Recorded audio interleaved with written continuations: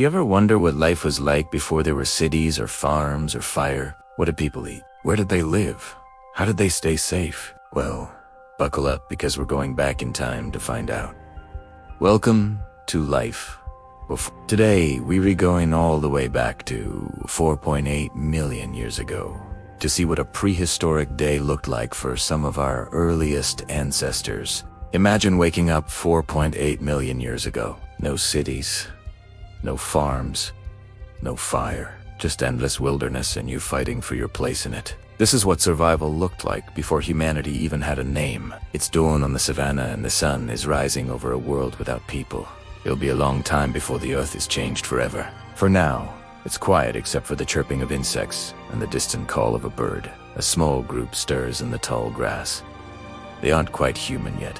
They're Australopithecus, a species that lived in Africa about 4 million to 2 million years ago. Australopithecus means southern ape. These early hominids were part of the genus that led to modern humans. They were definitely apes, but they were also definitely not quite human. They walked on two legs like us, but they had ape-like faces with big brows and no chin. Their brains were smaller than ours, and they probably couldn't speak or use tools.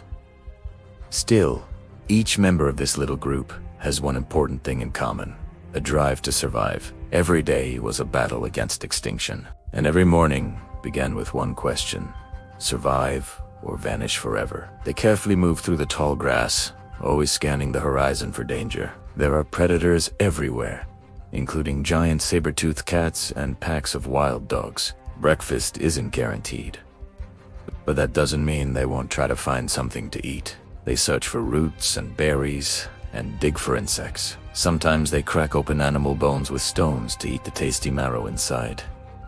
Every bite, every scrap of food matters. It could mean the difference between life and death. A young member of the group, maybe 6 years old, looks up at the towering grasses and asks a question. Where is the meat? For young hominids, hunting meant only one thing: a full belly. But there's no easy prey nearby. The group must keep moving.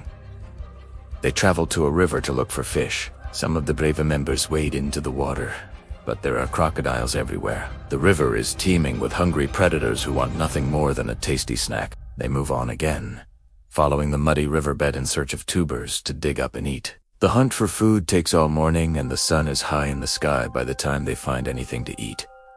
A flash of lightning makes them all look up. Storms are rare here, but they can be deadly. In the vastness of the open plain, there's nowhere to hide from the scorching sun or the driving rain. No shelter to block the wind or the biting cold of the night. There's only the endless sky above and the endless grass around.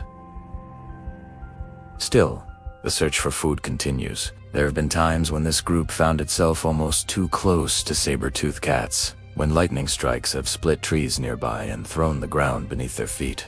But so far, they have survived, and life, even without fire or shelter, is good. There's plenty of food and water, and the sun is warm on their skin.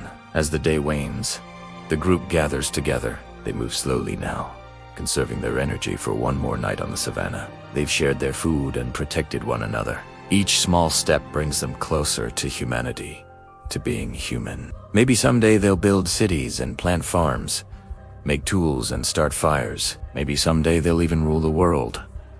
But for today, they walk together into the fading light. 4.8 million years ago, life was a gamble against extinction. But in their struggle to survive, our ancestors began to write the first chapter of humanity. Thanks for coming along on this journey through time. I hope you learned something new. See you next time.